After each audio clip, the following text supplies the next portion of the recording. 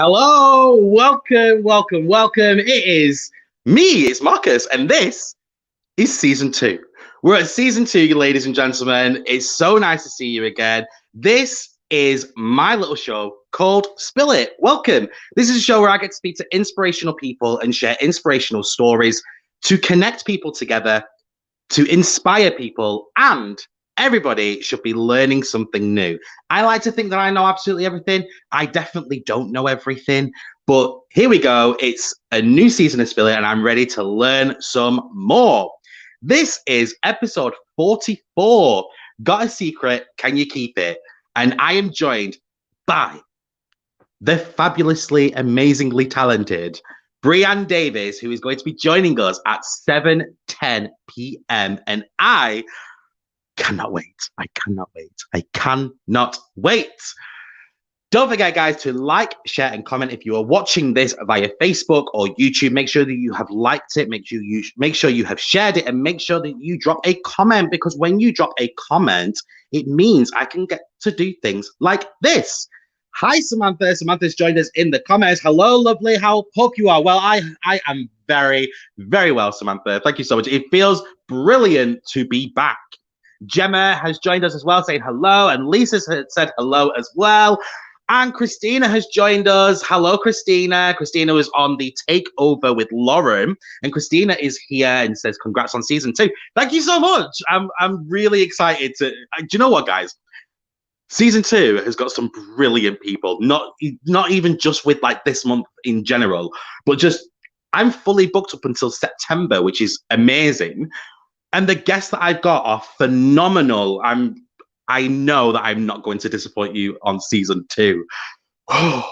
But talking about season 1, have you checked out the other episodes yet? If you haven't checked out the other episodes yet, where have you been half your life? But also go over to the website at www.spillit.uk to catch up and watch the episodes or listen to them via the podcast services like Apple and Google and Spotify. They're all on the major ones. Make sure you go over and make sure you check them out.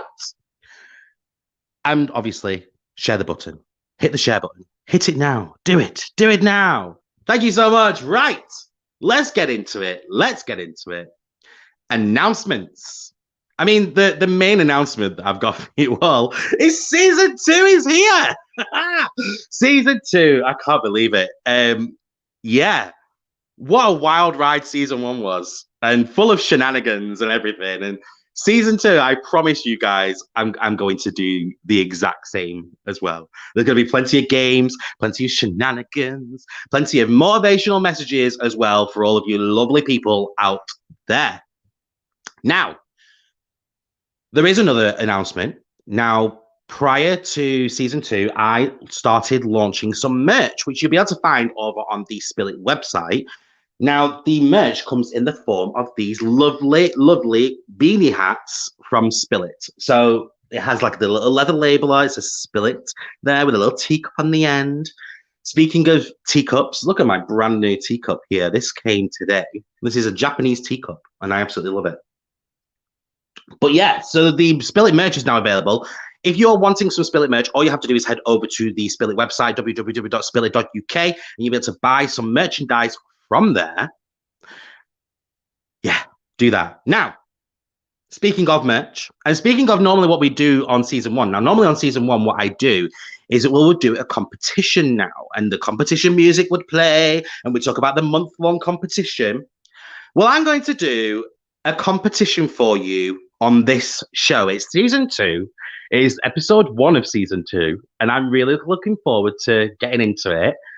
And I want to give out some merch now. So if you fancy yourself having a Spill It beanie hat, all you need to do is comment with hashtag Spill It. It is simple as that. If you comment with hashtag Spill It, I will put you into a draw, and we will make sure that you are in for a chance of winning some merch. How's that? Okay, you get a Spill It beanie hat, and all you have to do is to be in for a chance of winning it. Just drop a comment saying hashtag Spill It, and you'll be put into that draw. And I will draw the winner out live on air at the end of today's show. There we go. Christina is straight in the comments straight away with hashtag Spill It, and I absolutely love it. But yeah, keep those comments in, guys. If you want to do your, if you want to be in for a chance of winning some Spill It merch, then make sure that you drop a comment saying hashtag Spill It. Simple. Cool. Well, there we go. Another one. Gemma is in with Spill It as well. I absolutely love it, guys. Thank you so much. Guys, have you got some questions for me, by the way? Like, this is season 2 now. I'm really looking forward to it. And Brianne is waiting patiently in the green room. I can see her now. She's waiting. I'm pouring myself just a little cup of tea ready. We have now got 3. I can see them, guys. I can see them. This is a well cool tool, by the way. So I can now do a competition live on air. I absolutely love it. So there's 3 entries so far. Keep them comments rolling through and get those questions in as well. If you've got a question for Brianne, pop it in the comments now and we will go through them. Brianne will be with us in 3 minutes, 3 little minutes. How have you found any difference in the format of the show in the new season? So my new format, I wanted to keep things very, very similar because don't change what doesn't, what's not broken. But one of the things that I have gotten rid of is the competitions because I want to do live competitions, live draws on air, so you can win some Spill It merchandise there and then. The next change really is the fact that, well, it's the guests that I've got. The guests that I've got are just phenomenal. And, in season 1, it was all brilliant guests, brilliant lineups and everything. I think with season 2, the guests are honestly mind-blowing, absolutely mind-blowing. And it's going to be such a good ride. There are going to be obviously a lot of similarities between season 1 and season 2 with regards to the format, but I'm really looking forward to getting to know my guests for season 2. It's going to be phenomenal. I can't wait. I can't wait. Linda has joined. Morning, Linda. I hope you're okay, Linda. Thank you for joining. Thank you so much for joining. Right. I'm going to bring out our special guest, I think. How's my Mr. Magoo tonight, says Linda. Okay, so for those who don't know, I run a dance exercise class, which I'll go through at the end. But I couldn't see last night doing it. And so I was like this. Because I had to take my glasses off because I couldn't see. And Linda could not stop laughing. But yes, anyway, I digress.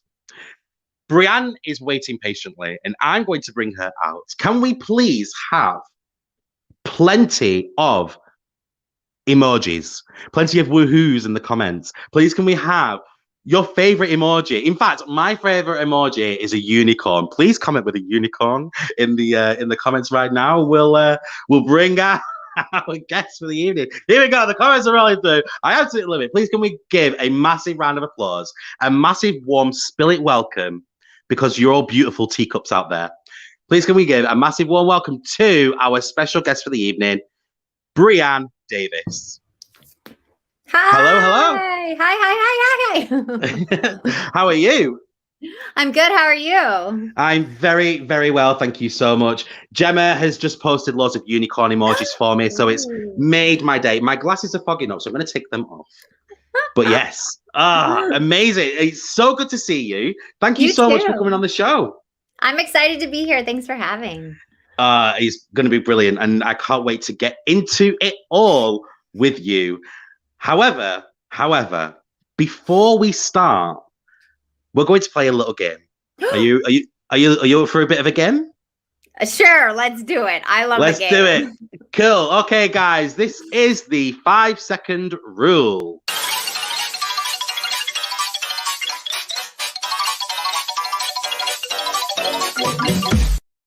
Okay, so the 5-second rule is a game that I play with all of my guests where they have to name 3 things and they've got 5 seconds to do it. So I would say Name 3 somethings, and you've got 5 seconds to name those 3 somethings. It's a quick on your feet thing. Oh my God. This is Linda's favorite game because we've had some brilliant answers, and I'm really hoping that season 2 has some brilliant answers as well. That's a lot of pressure right now. I'm feeling the pressure. Don't worry, it's just a little fun. Now, are you ready? Okay, go. Okay, cool. Name 3 smells that make you gag. Someone stinky other than my son. I think also bad teeth when people have bad breath. There, I named. Nice. Okay. Name 3 things you do when no one is watching. I watch bad romance movies. I read bad romance books, and I like to clip my toenails. Nice. Okay, our last question is name 3 things you'll find in your bedside table. Oh, I just have a book. I have a journal, my gratitude journal, and spray, like nighttime spray, eucalyptus. Nice. Well done. Right, there you go. And that's the 5-second rule. Oh my God, my heart's pounding like I was like on Jeopardy or something. Unfortunately, nobody's a winner on this game. But I win nothing. Just embarrassment. Pure Just embarrassment. I mean, to be fair, those answers were very, very tame. And we've had some very non-tame, non-family friendly answers on this show when it comes to that. Okay, good. So yeah, you played it very, very well. So congratulations. You completed the game. Thank you. Okay. Well, I'm going to kick things off. Let's start with my favorite question I ask absolutely everybody. So here you go. Oh, that's not the correct question. Here we go. It is, who is Brianne Davis? Oh, geez, that's like $1 million question for myself. That took me a very, very, very long time to figure out on this planet who I was. I'm from Atlanta, Georgia. I grew up in the South in the US of A, and I, never wanted to get married. I never wanted kids. I just didn't want that commitment because I came from a household that was very tumultuous. There was a lot of fighting. I didn't see my parents weren't loving to each other. I'm sure other people have experienced this, but I never saw my parents hold hands, be together, sleep in the same bed, say, I love you. So when I was young, I always felt, especially in my community where in the South, you want to get married and have kids and do those typical female things that society tells us. The white picket fence. Yeah, right. I just didn't want it. I just saw it as a trap. Like, I'm going to get trapped. But then at the same time, I was very shy and dyslexic and had ADHD. So I just was very, in myself, like it had an internal life, fantasized a lot, was a latchkey kid and grew up with film and television. And I think though all those things really made the way for becoming an actor. I've been an actor in Hollywood for 20 years. I've been on film and television. People can see me in Jarhead. Was my first big television role. Well, my first one actually was Remember the Titans, which I got when I was younger. Yeah, in Atlanta, when they came to town, before Atlanta became like a hub for film and television, I auditioned to play one of the cheerleaders opposite of the Titans, and I got the part, and it had like 2 lines, and I worked on it for a month. I worked night shoots from like 4 a.m. to 4 p.m., and I loved it. It was like the best gig in the world. It was like this family that came together, and everybody's playing make-believe and to build this beautiful product and make a movie. And I love becoming other characters. So that's when I figured out I wanted to be an actor at 18 years old. I think that was 17 years old. Yeah. So I was never one of those people that knew what they wanted to be when they grew up. And Yeah, I got that part. But then here's the horrible thing. My lines got cut. So like we went and saw the movie and then my lines got totally. So I got like the rejection Hollywood right at the beginning. Like, Oh no. yeah, but it was a good preparing me for rejection, like even if you do it, you might get rejected. So I still wanted to do it. I got my next role on Dawson's Creek playing, assistant hot girl Ashley was like the title of my character with James Vanderbeek. It was like such a cheesy name and I hated it. But yeah. And so I just, as soon as I graduated high school, I came to LA and I've been here ever since. And I've, been on movies called Jarhead, Prom Night, Synchronicity. I just had a movie come out on Lifetime called The Secret Life of a Celebrity Surrogate. And then I've been on TV shows like Six for 2 years on the History Channel playing Lena Graves. I was on Lucifer recently, Casual, True Blood, blah, blah, blah, tons of stuff. Yeah, so that's phenomenal. That is absolutely phenomenal. A lot of people obviously commented when we was talking about the show and obviously said that you were in Lucifer more recently as well. Like a lot of people were like talking about the Lucifer thing. I loved that part. A friend of mine commented about Dawson's Creek as well. I wanted to just rewind just slightly as well because so your first experience, obviously the Hollywood used the cut without your lines. Yes, I got completely cut out. How did that feel? Oh, it's terrible. I mean, my family and friends, we got like tickets to the movies and went and got popcorn and was like ready to watch. And then the scene like came and passed. And I was like, and I called my agent who then called the casting, who then the casting called their connection for the producer. And they're like, oh yeah, she got cut. Cause they don't tell you.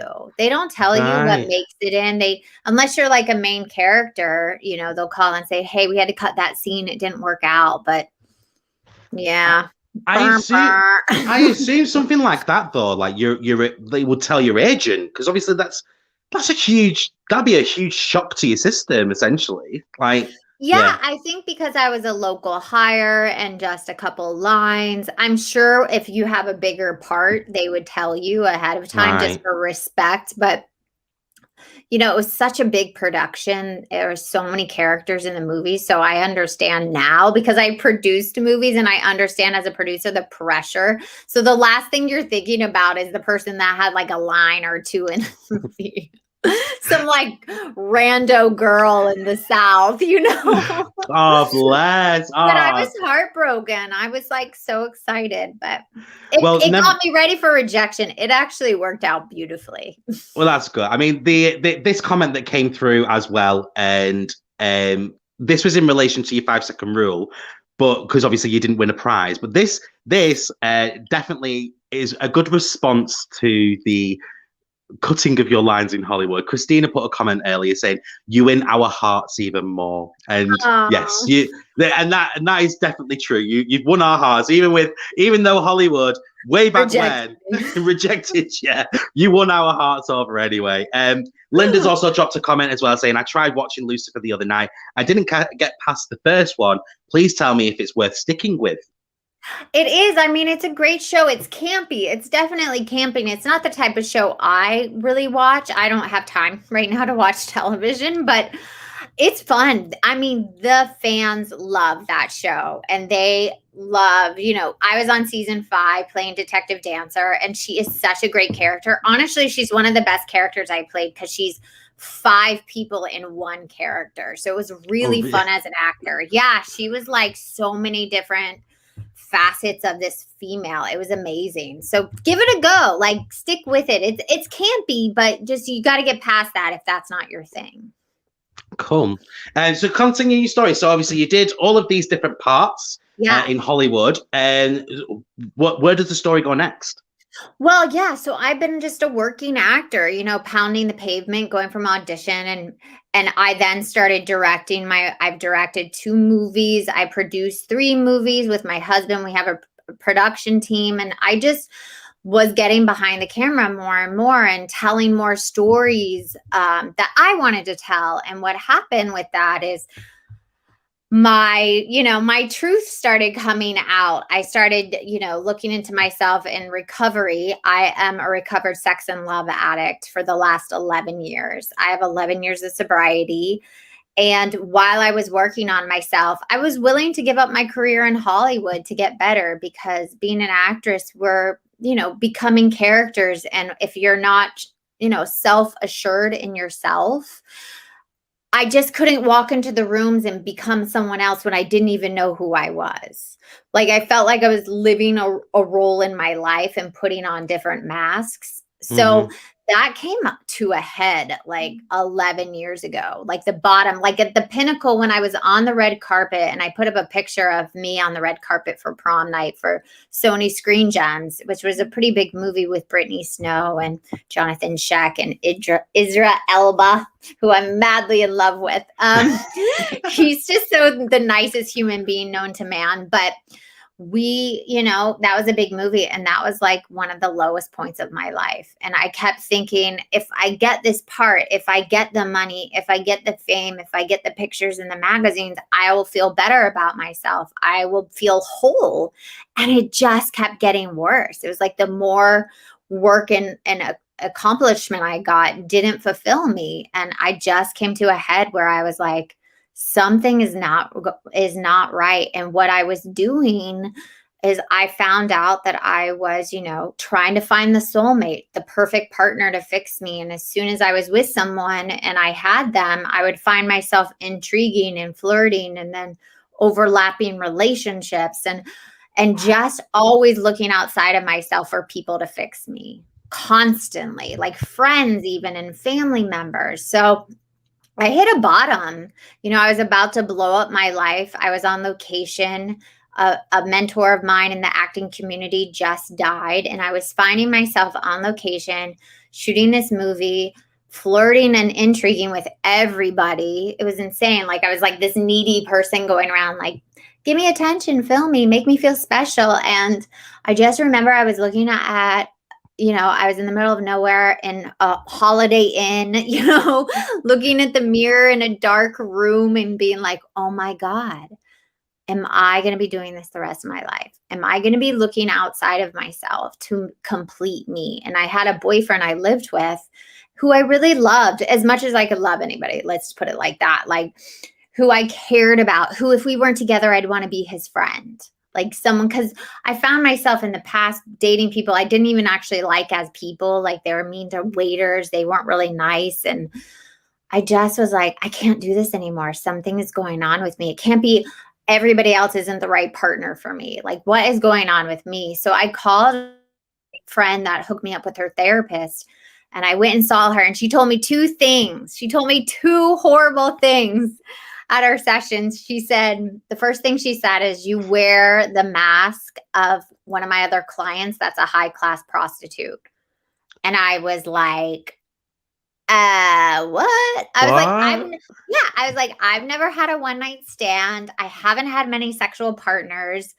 What are you talking about? Not that there's anything wrong with being a high-class prostitute, and I don't have any judgment at all. But it was just so taken aback. And then the second thing she said is, you're a sex and love addict. And I was like, what? No, that's like a guy that's married that cheats and gets caught and then says he's going to sex addiction, right? Yeah. That's all we hear about. So there's this 40 self-diagnosed questionnaire on Sex and Love Addicts Anonymous. It's a 12-step program like AA. And I took it, and I write about it in my book a lot, and I got 38 out of 40. Wow. So it was like blatantly obvious I had this problem, that I was addicted to people. Like, we use people like alcoholics use a bottle, or a heroin addict uses heroin, or a gambler uses money and gambling. We use people to get us high. So I, went to it was, what did you say? I was going to say, because obviously a lot of people won't know about the addiction of sex and love. And because the only addictions that you hear are obviously drug abuse and alcohol abuse. You don't really hear of any other addictions, if you will. And I was just wondering, like in like layman's terms, how would you describe what a sex and love addict is? Okay, yeah, I love this question. So I am going to make it as simple as possible. Like I said, sex and love addicts are addicted to people. So let's look at the sex addiction side of it. So these are like sex addiction is where you're addicted to the sexual act with a person. So it could be one night stands, constantly being on dating apps, swiping left and right, looking for that next hit. Masturbation is a huge one. Porn addiction, being addicted to looking at porn, going from relationship to relationship and crossing over, cheating. It's all based in like secrets and lies and the sexual act.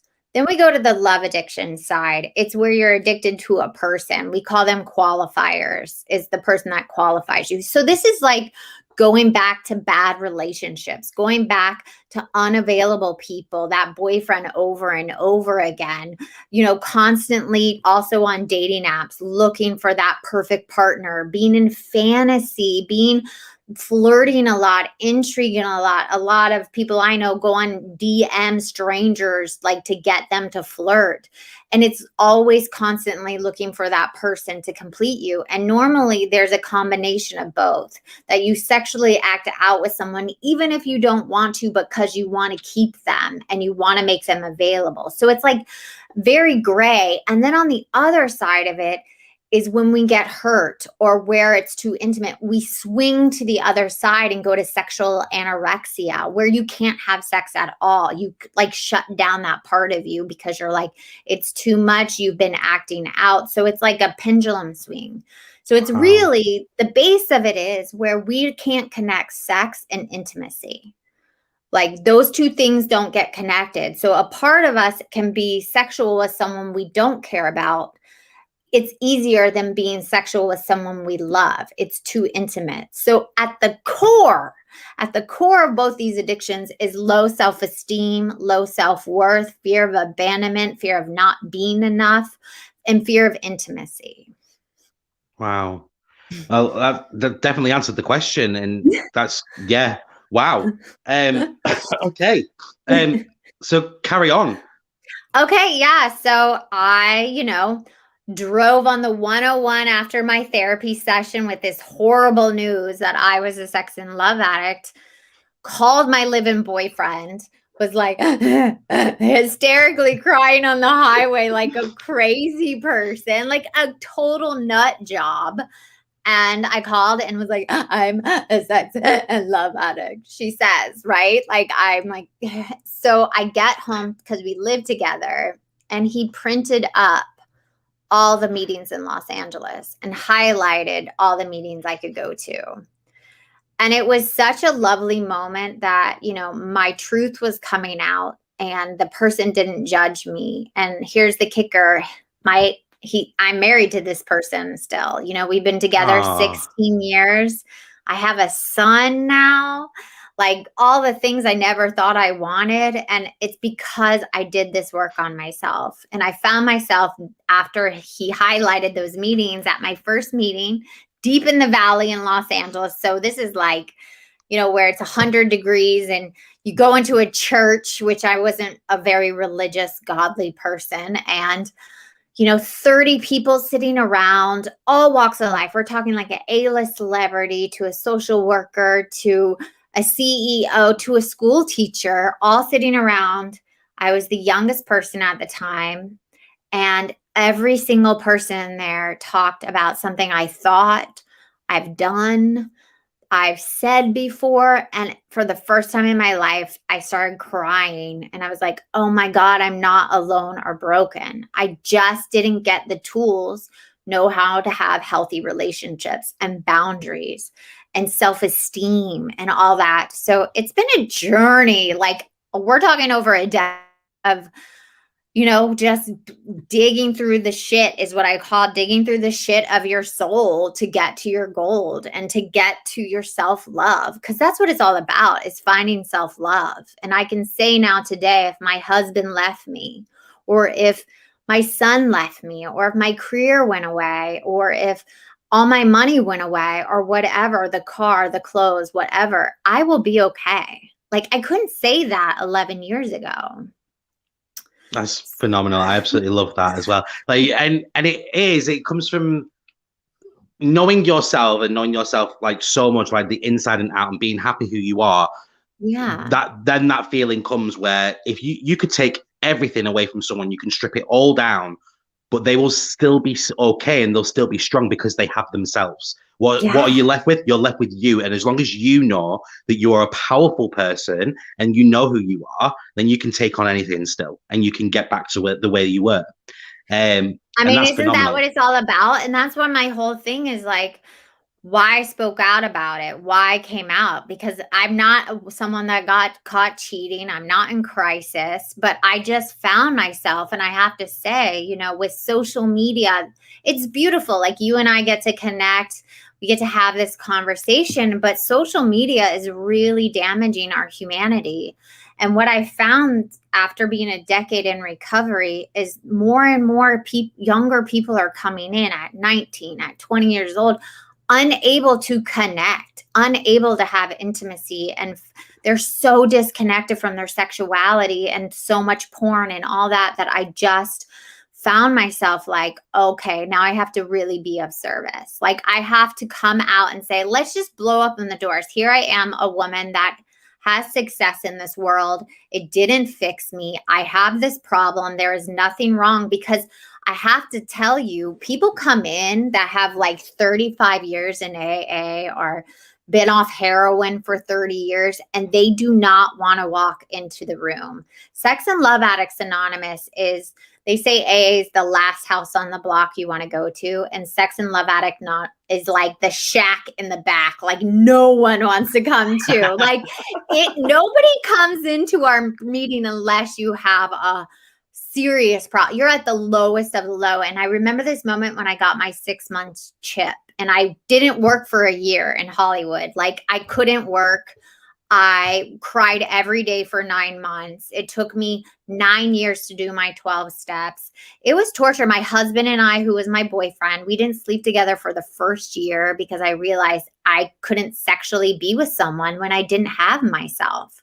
So it was a lot of digging, 8 years of intense therapy twice a week, going to meetings 3 times a week. It was intense. Like, a part of me had to die. A part of the false self had to die. And it was the most painful. I mean, I cried every day for nine months. I'm not joking. Every single day. And when that happened, I just realized, like, I've been holding all this in, and I'm not being my true self. And I really need to survive this world. I really need to go through this pain, and doing that. And now seeing all these young kids having nowhere to turn to, and, you know, the filters and the compare and despair and all those things that we do, I just found myself like, God was like, you got to think bigger than your community, you know, even though they say it's 6% of the United States are sex and love addicts. 30% of them are women. But I have to tell you, being in over a decade, there's more and more people. There's more women. Say it's 50-50. And London is the third biggest community. So it goes LA, New York, London, really? Sydney. Yeah, London has some amazing meetings. I've spoke at a couple in London. Yeah, that's crazy. So you talked about you know, that you needed to start thinking bigger than obviously your community, and one of the things that you also talked about was shining a light on secrets, and it's a nice segue into your podcast show, isn't it? Yeah. So when I finally came out with my secret that I'm a recovering sex and love addict, it was a year ago, and I did an article for HuffPost, and the morning it dropped, I kid you not, I was like, what am I doing? Oh my God, I'm gonna ruin my career. No one's gonna hire me again. Who wants to work with a recovering sex and love addict? Like, do they think I'm a sex crazed woman? Like, every thought came through my head. And then the article dropped, and 2 hours went by and nothing happened. Like, was like such a humbling experience. It was like, okay, God, I get you. Like, get off your ego. It's not about you, Brianne. Like, chillax. You're like this small on the planet. You're a worker among workers. But here's the beautiful thing that happened after that. It got 2 million hits the first couple of weeks. I got so many people reaching out to me saying, I've done that. My wife did that. My husband did that. My mom, every walk of life. And I was like, wow, look how many people I'm helping just from this article. And so then 3 days later, I kid you not, the pandemic, the world shut down. Like the world shut down. And so many people in our Zoom meetings were coming depressed, lonely, heartbroken, confused, anxious. And I woke up one morning at 3 a.m., a couple months in the pandemic, and I said, oh my God, Secret Life podcast. I'll let other people tell their secrets and have the relief like I did when I finally put out that HuffPost article, because the last bit of shame or stigma or any just evaporated. And it was such a beautiful experience for myself. I wanted to give it to other people. And I, got a mic, interviewed a couple friends, and then put out the word. And we've had 140 interviews are in the can. It's every walk of life. It's, eating disorders by men, suicide attempts. A woman shot herself with a shotgun in her chest, and she survived. Wow. And she walks me through it. Using abortions as birth control, being in an asylum, every mental disorder, every kind of secret you can imagine, really dark and really light, like funny ones, like wanting to be the funny stories about lying about being an actor, like not loving reality TV, being obsessed with it, stealing food from Whole Foods, from Jeff Bezos. Like it's the silliest things, like gamblers, everything you can imagine. And it's just been, I just had one where a woman got sexually assaulted by her OBGYN right after giving birth to her son. And that one was really hard. And it's just been like the most, I'm going to cry, but it's like just been the most beautiful experience to sit with someone else and allow them to tell their truth. And then when it airs, I have so many people reaching out to me saying, oh my God, that helped me. Oh my God, I'm not alone. And that's what I want to help people with, is you alone in your struggles. We are all the same. We go through, you look at someone like JLo or someone on TV, we have problems. Like I am as human and have just as many problems and low self-esteem and low self-worth. And I just want to help other people. That's all I'm to be of service. That's what I want. That's what gives me joy. I could talk forever. I'm just going to keep talking. Oh, I can't hear you. Hey, yeah, you're more welcome to keep on talking. Don't you worry. I would literally talk forever.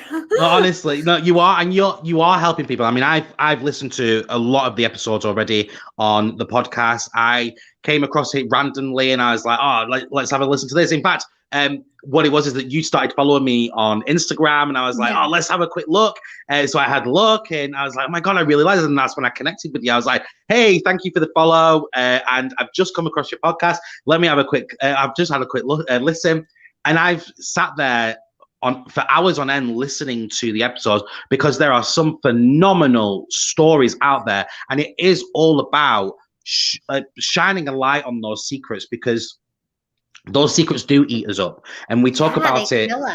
Yeah, we talk about it like quite a lot on Spill It during season 1, about how secrets do eat you up and how they can make you into a toxic person because you're withholding something.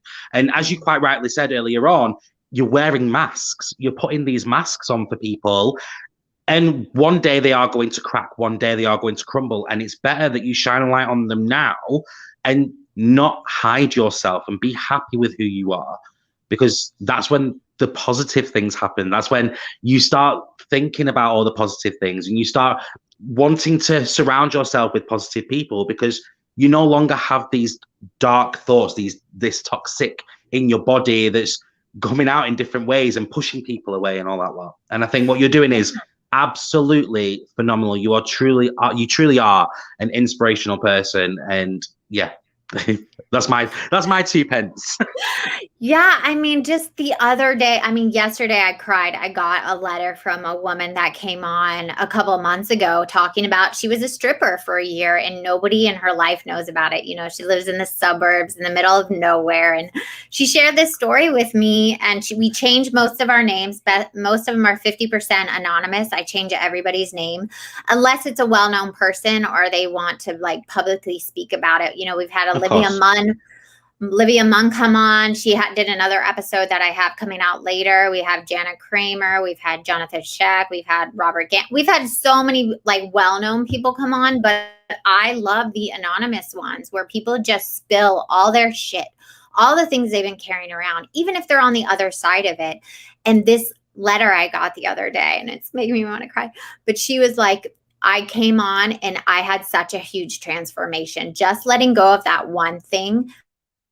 Months sober from alcohol because she realized that, you know, even though she wasn't like drinking and falling on the ground, that she used alcohol when she was using anxiety, and she's been doing it her whole life. And it just opened the doors to allow her to go, oh my God, I use this. Because I believe, and everybody has their opinion. Everybody has an ism, right? Everybody goes to something not to feel. We turn on Netflix. We pick up our phone and go to Instagram because we are bored or whatever. Like we all do something. We gamble. We overeat when we're sad. I mean, I've done that a million times. So we all do something. So what are we trying to hide? Why are we trying to hide those feelings? Feelings are meant to be felt. And humans, especially an addict like me, I just want to feel euphoria 24/7. I don't want to feel sad or depressed or lonely or all those things. And it's like, no, feelings are meant to be felt. And when you feel them, they get released from your body. And when you don't feel them and you keep suppressing them, they come out in other forms as addiction, depression, sickness, all that. And it's just like, let's just stop. Like, let's stop putting the ism. Let's stop covering it up, saying I feel this way and I feel so alone. And let's connect as a community, because when you do that, healing happens.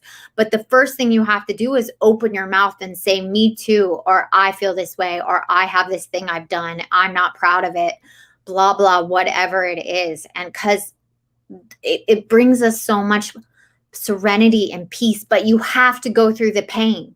You have to walk through the fire and let it all fucking burn, is what I like to say. Like, and I think you're right though, because I think a lot of us don't want to have that pain.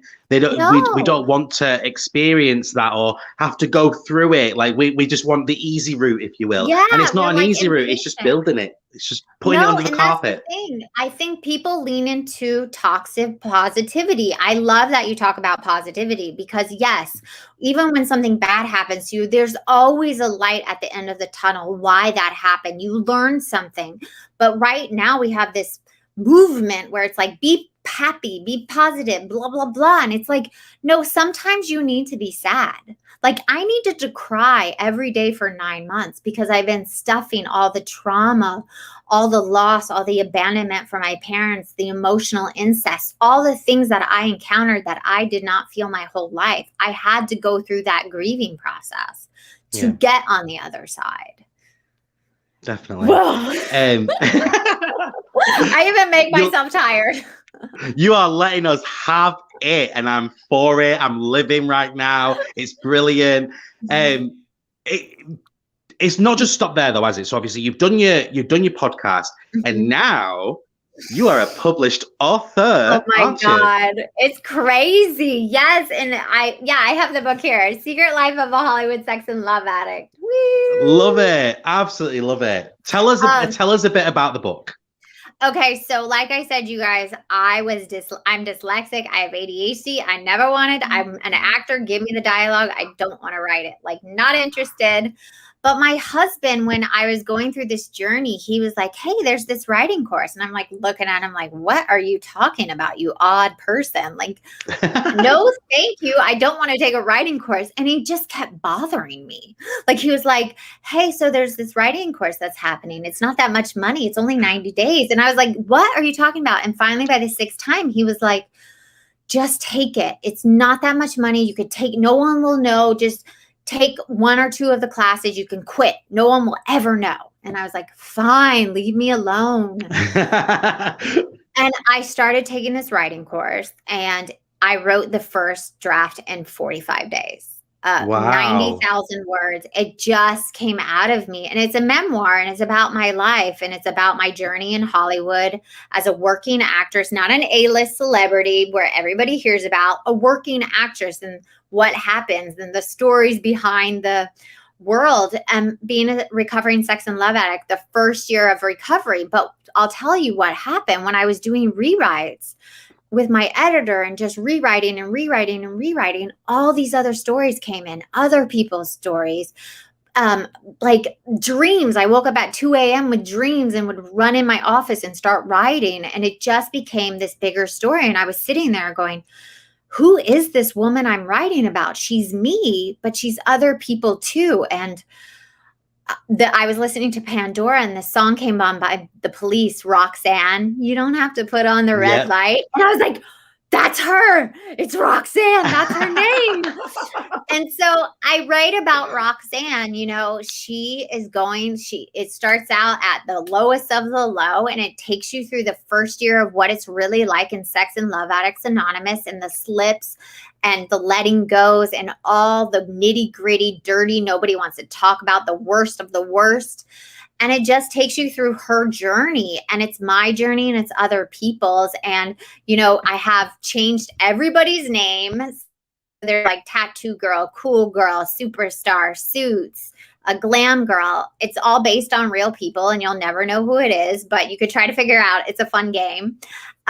Yeah. And I just, you know, the good thing is no one can sue me, so I can't get sued by anybody. And, you know, I got to really put everything I've ever done in it, and no one will know who's my story and not my story. So I'm just really proud of it. I gave it to a bunch of old timers at SLAW, and I'm an old timer. It's really hard to get time in the program. And they said, this is one of the best books ever, because it's like a long share, and it really explains the disease. And I had this beautiful moment. I just want to tell you about it. My mom read the book. Right. Right, people. I mean, we're talking about you writing down every single horrible thing you've done, sexual act, details,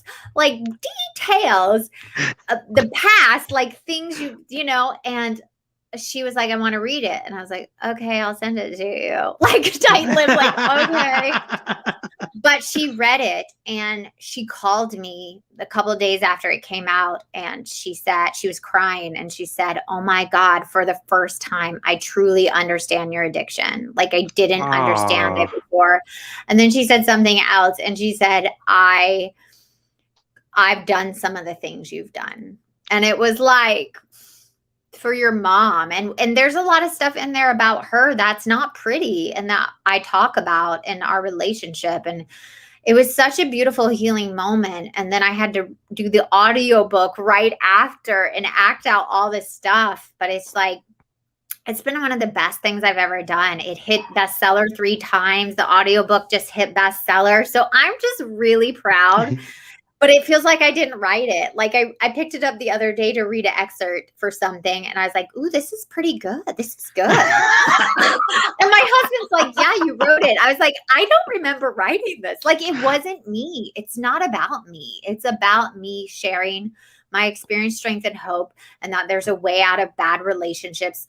It goes through relationships with friends, my relationship with my family, all of that. So I'm just really proud of it. And I'm proud that the community is proud of it, because it's such a tight community, Sex and Love Addicts Anonymous. And like I said, no one talks about it.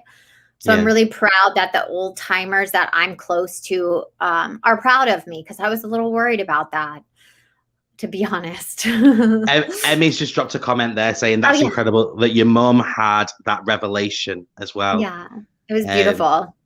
It's brilliant. One of the things actually, like, that I thought of before we start, like, going through like the wrap up. One of the things that popped into my head when you was talking about writing the book, and then you had dreams and you had to write them down, or you'd be writing from different people's perspectives and all that. And the one thing that you said, which really got my brain working, was the fact that you heard you were listening to Pandora, and then now obviously I like things. Everything happens for a reason. Okay, I'm a firm believer of that. Now, Pandora's box, what was left in that was, after all the darkness got out, it was the light there and all that. And you just mixing all of that together, that's, for me, visually is beautiful. The fact that Pandora was what you were listening to, and all of these writing about other people's stories and writing about this and all of the darkness and all of that lot. And then the one thing that came from it was the character was Roxanne. And that was the light. And that was like just everything. That visually in my head is beautiful, and I think that's phenomenal. Right. Well, one of the questions that I do want to ask you before we do start doing the wrap up is, what advice would you give to somebody who may be struggling with addiction or don't know that they're struggling with addiction and they want to kind of better themselves? Okay, this is a great question, and this is the most important question for me. I always say, if you have drama in your life, especially in relationships, in your love relationship, friends, people don't show up for you, family members that cross boundaries, you usually have a problem. They say if you get 5 or more yeses on that 40 self-diagnosed questionnaire online, that you might need to look at it. So that would be the first thing. Like, if you have something where things aren't just working out, you just find yourself always going through the same pattern over and over again with people, or you're addicted to one specific person and you can't get out of it, please go online. Please do the 40 questions. Type it in. It's really easy. 40 SLAA, self-diagnosed questionnaire, and fill that out. And the second thing, if you are struggling out there and you feel alone, please just talk to one person. Sometimes just saying your secret, or I don't know what's wrong with me, the thing that happens when we just voice it to one person. And the best thing I've ever done for myself was get help.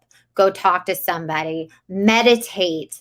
But you have to do all that stuff. You have to like meditate, journal, sometimes just writing it down, like, I'm mad at God. I don't know what's wrong with me. I keep doing this person, blah, blah, blah. It just really helps me. And the last thing that really, really sets me in my serenity and peace is every night I write 3 things I'm grateful for. Could be the smallest things, like the nice sheets, sleeping in my bed in these nice sheets.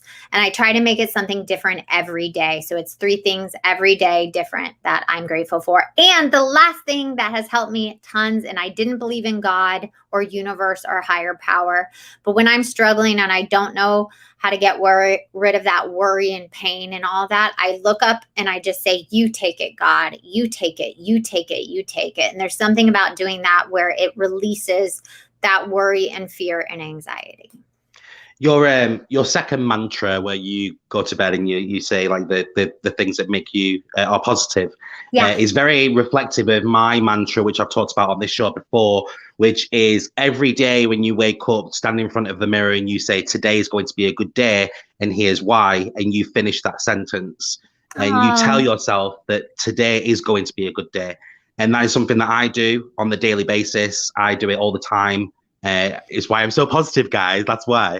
But yeah, it's definitely a mantra. And the second one that you've said there basically resonates with that. And I just want to give you props to that, because that's a very mirror image of what Spirit's all about. Yay. Finally, where can people find you? Oh, yes. So if you need any questions, I try to answer all my DMs at the Brianne Davis on Instagram or at the.Brianne Davis on TikTok. I try to answer everything. So if you need information, if you need anything, please reach out to me. It's really important to me to be of service to other people. And then go to secretlifenovel.com. You can get all the links. The book is worldwide right now. The Audible's worldwide. Secret Life of a Hollywood Sex and Love Addict. It's a memoir, self-help, and like chick lit. Like, it's a fun summer book. So, and then Secret Life podcast. It's everywhere you can listen to podcasts. It's the pink picture with the finger, and you can find it everywhere. It's brilliant. And I'll definitely be putting some links out for everybody to have a listen, because honestly, guys, if you want to listen to a podcast, firstly, listen to Spill It because, Of course, yes. always. But secondly, please listen to Brianne's podcast. It is absolutely phenomenal. And you might not have gone through the same things as what these people have gone through, but you can relate to feelings and you can relate to those emotions. And it makes you question yourself, with certain aspects as well. Like I've related so much. I'm like, oh my God, that's the same with me, even though it's not the same with me. And it's just like, it's those relation of feelings. And that's what we're all human at the end of the day. We may have all walked through different paths, but what it boils down to is the fact that we can all connect with each other with feelings and emotions. Yeah, and exactly. That's what it is. Well, thank you so much for coming on the show. It's been an absolute pleasure to have you on. Before you go, though, at the end of every episode, I give my guests the opportunity to give a quote, and it can be something that they stand by or live by. It could be something that they've made up that they just really like, or it could be something that they've heard and just think, you know what, that's the quote for me. And I'm just wondering if you've got a quote for the audience today.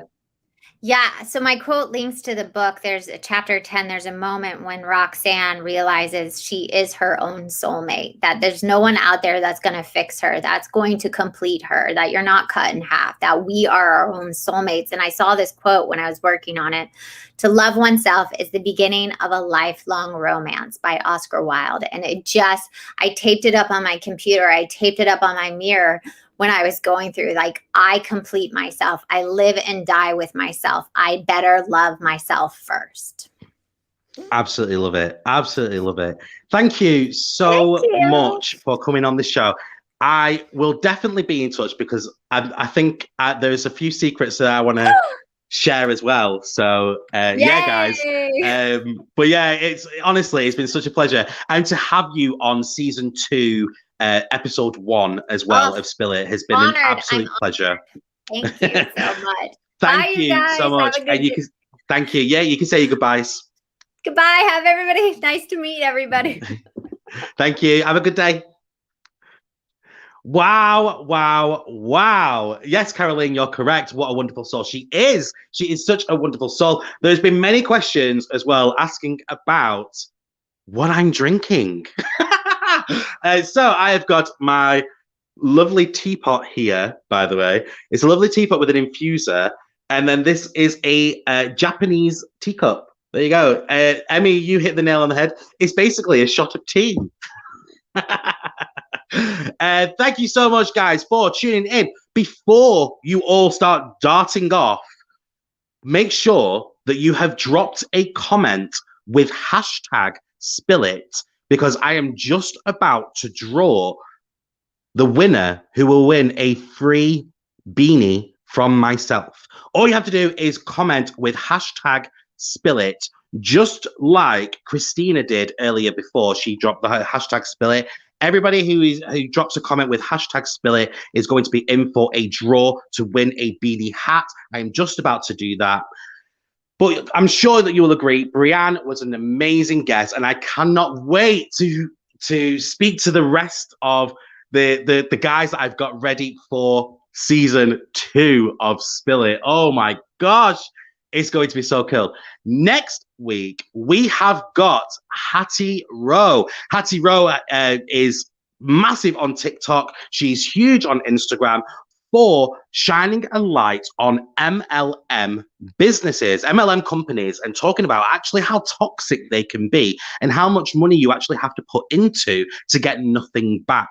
She has been created like an army of MLM warriors, if you will, to shine a light on them and to educate people about MLM companies and actually how close they are to be pyramid schemes. And Hattie will be on the show next week to talk about all of that.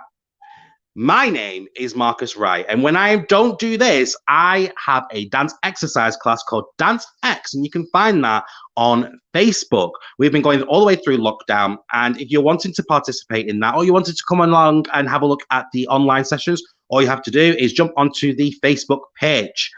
If you're wanting to know more about my future guests on this show, if you're wanting to connect with any of my guests, like Brianne, for example, if you wanted to go and check out Brianne's webpage or anything like that, you can go onto the brand new Spill It website at www.spillit.uk, where you'll be able to not only see the upcoming episodes for May, but you'll also be able to connect with all of the guests, and including you'll also be able to support me. Different ways that you can support me now are you can buy merch, or like, for example, the beautiful beanie hats that I've got. You can now purchase those on the Spill It website. You can also sign up to the brand new Spill It Patreon, where you will get discounted gifts.